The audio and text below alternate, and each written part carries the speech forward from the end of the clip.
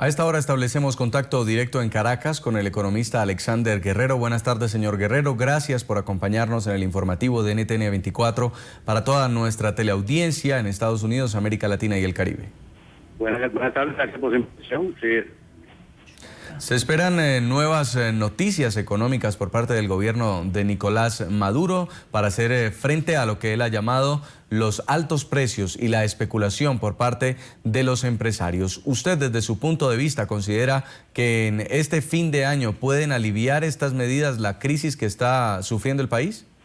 Hay un grave problema que es, sin embargo, básico. Nos ha ocurrido, esta es la tercera vez.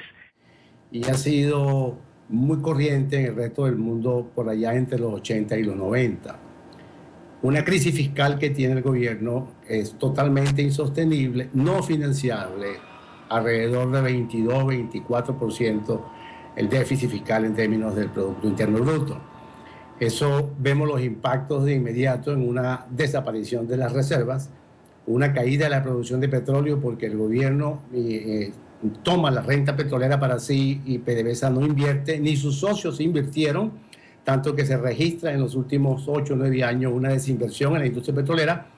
Y cuando estas cosas tú las juntas, te consigues con que no hay divisas y entonces no hay el combustible que necesita la economía para crecer, sobre todo porque el gobierno durante estos 15 años ha hecho a la economía extremadamente dependiente de la renta del petróleo. En esas condiciones, cuando ves el precio del petróleo, 80, 90 dólares, que según aparece en la prensa, en realidad lo que está ingresando al fisco y al país sería aproximadamente la mitad de ese precio.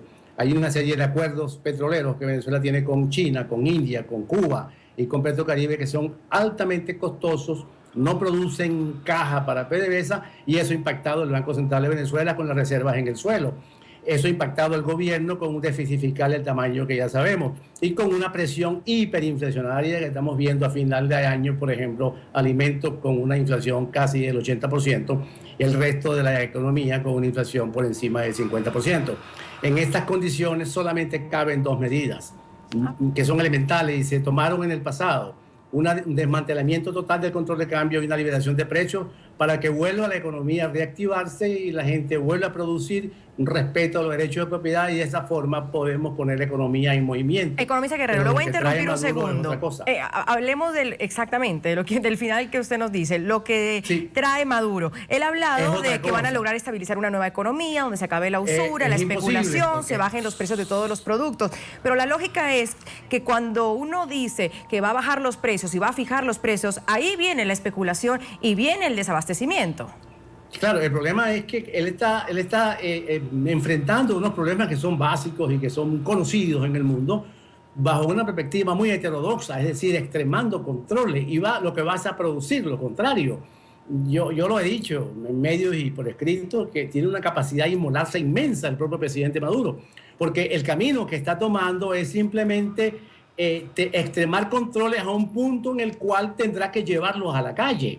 Y eso es un juego altamente peligroso, porque el problema de desabastecimiento o escasez, que sería la palabra específica y correcta, de presión inflacionaria y de un gobierno sin dinero, esa mezcla, eso es un cóctel altamente nocivo, altamente letal, que eventualmente se va a las calles y de eso se sabe, eso se conoce, nada de eso hay que simplemente adivinarlo. De manera que él ha debido entonces tomar un camino distinto, llamar al país una unidad nacional y convocar unas medidas económicas que serían eventualmente fuertes, pero son las únicas que darían marcha atrás a ese régimen de estatización completa y que la gente, el sector privado, retorne a producir y de nuevo tengamos menos problemas por el lado de la oferta. Porque el problema, el severo problema que tenemos es que no hay divisas para importar, se le debe al Mercosur, se le debe a Colombia, se debe en todos los mercados porque se han comprado alimentos fiados, para decirlo de esta forma muy gráficamente, y no hay forma de pagarlos.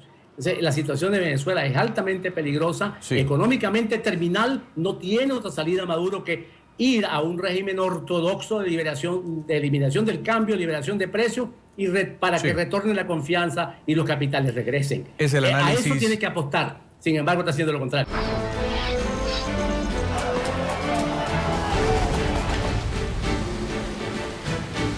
El gobierno de Estados Estados Unidos cede a la presión, la administración Obama ha entregado 3 documentos sobre su esquema de seguimiento a las comunicaciones revelado por las filtraciones y la responsabilidad de la elección contratista de la Álvarez.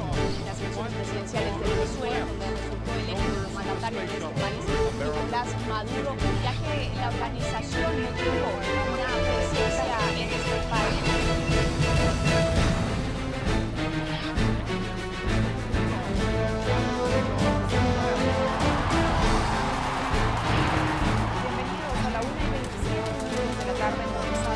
Karen Pereira, de debate.